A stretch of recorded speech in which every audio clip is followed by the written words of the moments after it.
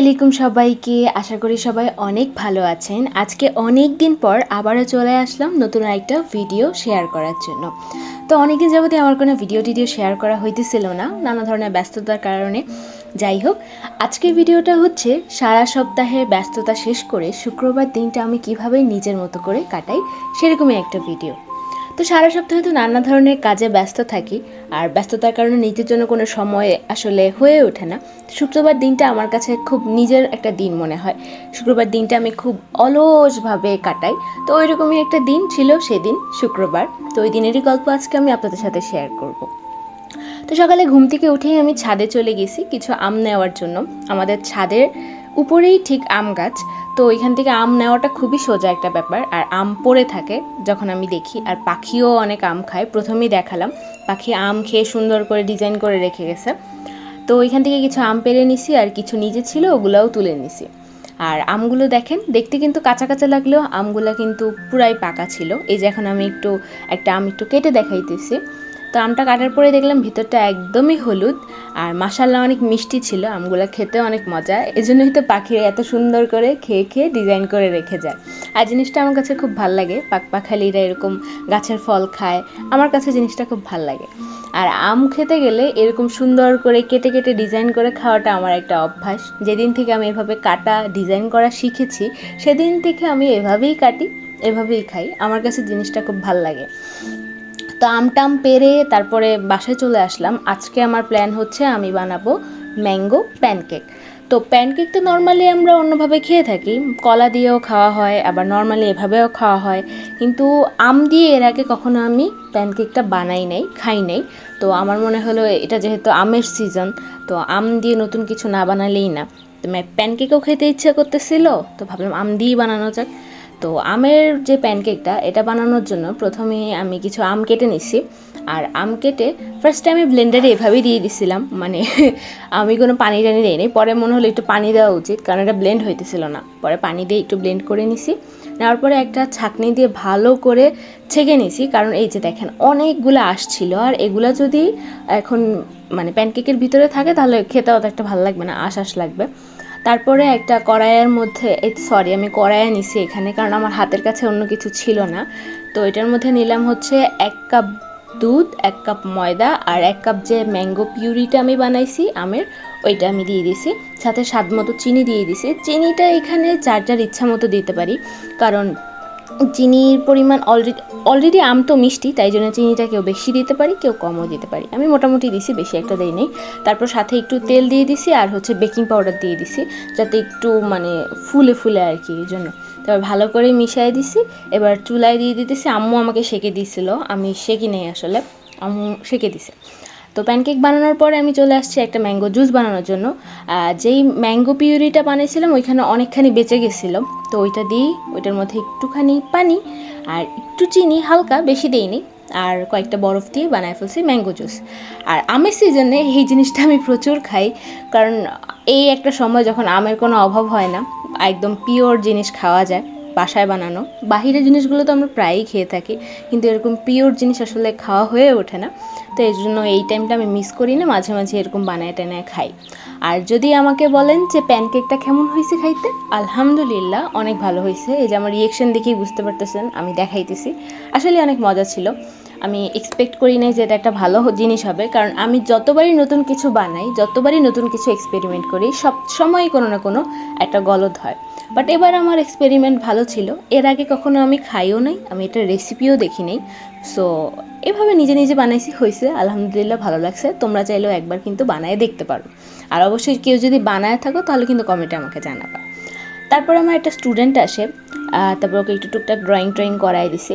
এখন ভাবতে পারো যে যে স্টুডেন্ট শুক্রবারে কেন, আসলে ওর ছিল ড্রয়িং এক্সাম, আর ও ড্রয়িং অনেক কিছু পারতো না। ওকে আমি বললাম তুমি আসো, আমি কয়েকটা ড্রয়িং তোমাকে দেখাই দিব, কিছু আঁকি করে দিছি আর কি। তারপরে দুপুরের গোসল টোসল করে নামাজ টামাজ পড়ে বসে পড়লাম দুপুরের খাবার খাওয়ার জন্য। দুপুরের খাবারে ছিল আজকে হচ্ছে ইলিশ মাছ দিয়ে কুমড়ার তরকারি। কুমড়া জিনিসটা আমার একদমই অপছন্দের। কুমড়া কেন জানি আমার মজা লাগে না।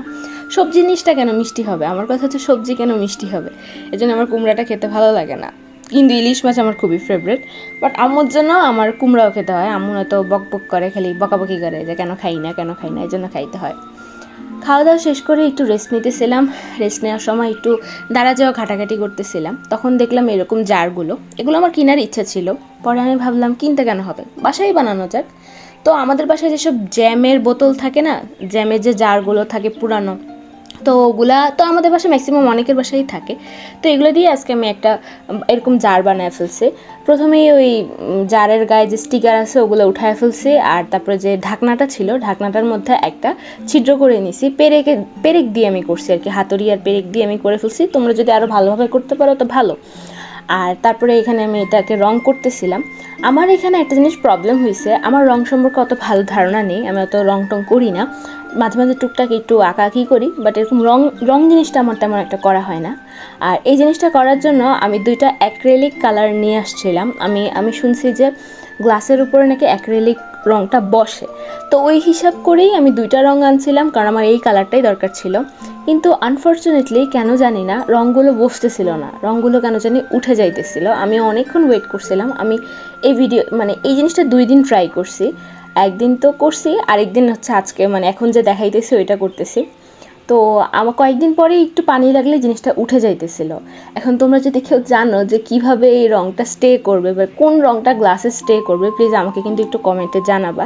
কারণ আমি কষ্ট করে বারবার রং করতেছি, বাট রংটা কোনো কারণে না কোনো কারণে উঠে যাইতেছে। তো আমার খুব বিরক্ত লাগতেছিল, রাগ লাগতেছিল, বাট লাস্টলি ভাবলাম যাক এভাবেই করি, উঠে গেলে উঠে যাবে। বাট আমি মানে জিনিসটা বানাইতে চাইতেছিলাম আর কি।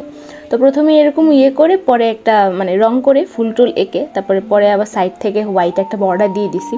তোমরা অবশ্যই জানাবা যে এটা কেমন হয়েছে। আর এখানে ঢাকনাটার মধ্যে একটা চেক হোয়াইট আর ল্যাভেন্ডার কালারের একটা চেক বানাই দিছি, আমার কাছে ভালো লাগতেছিল। এখন তোমাদের জানানোর পালা, তোমাদের কেমন লাগছে। আর এটা হচ্ছে ফুল লুকটা। এখন দেখতে কিন্তু ভালোই লাগতেছিল, আর এটার মধ্যে কিন্তু ভালো পরিমাণের পানি হয়। অনেকে আমরা ভাবতে পারি যে এটাতে আর কতটুকু পানি হবে, আসলে কিন্তু 1 থেকে 1.5 গ্লাসের মতো পানি এটার মধ্যে হয়ে যায়। এখন আমি এখানে একটু কফি বানাবো, দেখতে পারবা। আর এখানে আমি দেখাইতেছিলাম কেমন জানি একটা হলুদ হলুদ, যেহেতু আমার ঢাকনাটা একটু ঝমঝরা ছিল তাই জন্য কেমন যেন একটা হলুদ হলুদ ভাব চলে আসছিল রংটার মধ্যে, ওটাই দেখাইতেছিলাম। এটা হচ্ছে পরের দিনকার ভিডিও। তো আমি ভাবলাম একটু কফি বানানো যাক। তো কফি এই গরমে, তো তাই জন্য ভাবলাম একটু আইসড কফি বানানো যাক। আমি এভাবেই খাই, আমি জানি না কে কীভাবে খায়। আমি হচ্ছে ভাই অত কোনো করতে পারি না, যেমন আছে তেমনই একটু আমি কিভাবে কি বলবো আর কি, আমি টুকটাক এভাবে ঠাসঠুস খায় ফেলি। আর ওরকম এত কিছু বানায় খাওয়ার, ব্লেন্ড করে আইসক্রিম দিয়ে এত ধৈর্য নাই। দুধ আর কফি সাথে বরফ, ব্যাস শেষ, আমার কোল্ড কফি হয়ে গেছে। মাঝে মাঝে ওইভাবেও খাওয়া হয় যখন ধৈর্য থাকে, এখন ধৈর্য নাই তাই জন্য নর্মালি এভাবে বানায় খায় ফেলছি। এই তো আমি বানায় ফেলছি। আর এটা হচ্ছে ফাইনাল লুকটা। আমার কাছে কিন্তু দেখতে ভালোই লাগতেছিল, কিন্তু সমস্যা হচ্ছে যে কিছুক্ষণ পরে এই রঙগুলো উঠে গেছিলো।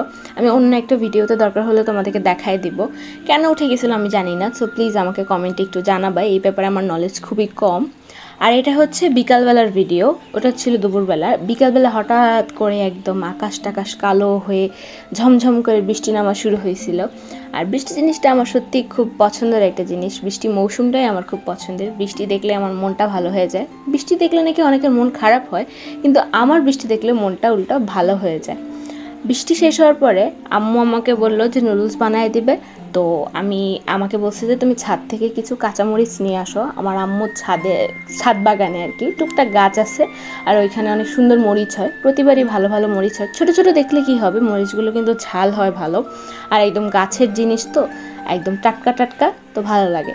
আর ছাদে এরকম পানি জমে গেছে বৃষ্টি হওয়ার কারণে, পানিতে একটু খেলাধুলা করে পরে নিচে নেমে আসছি, দেখলাম আম্মু মুরগি কাটা শুরু করছে, নুডলসের সাথে দিবে আর কি।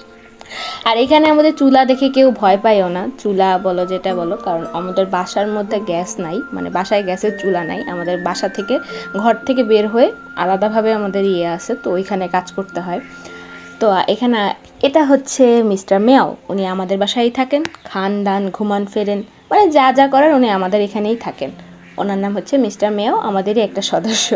আর এখানে আম্মু নুডলস বানায় দিছে, আমি খাইতেছি। আর এভাবেই আমার আজকের অলস দিনের ভিডিওটা এখানেই শেষ হইতেছে। আজকে আমার দিনটা হয়তো এখানে শেষ না, বাট আমার ব্লগটা আজকে এখানেই শেষ। আর আমার আজকে ভিডিওটা যদি তোমাদের ভালো লেগে থাকে তাহলে অবশ্যই একটা লাইক দিবে, কমেন্ট করবে আর আমার চ্যানেলটা সাবস্ক্রাইব করতে ভুলবে না। আর আজকের মতো এই পর্যন্তই। সবাই ভালো থাকবে, সুস্থ থাকবে। আল্লাহ হাফেজ।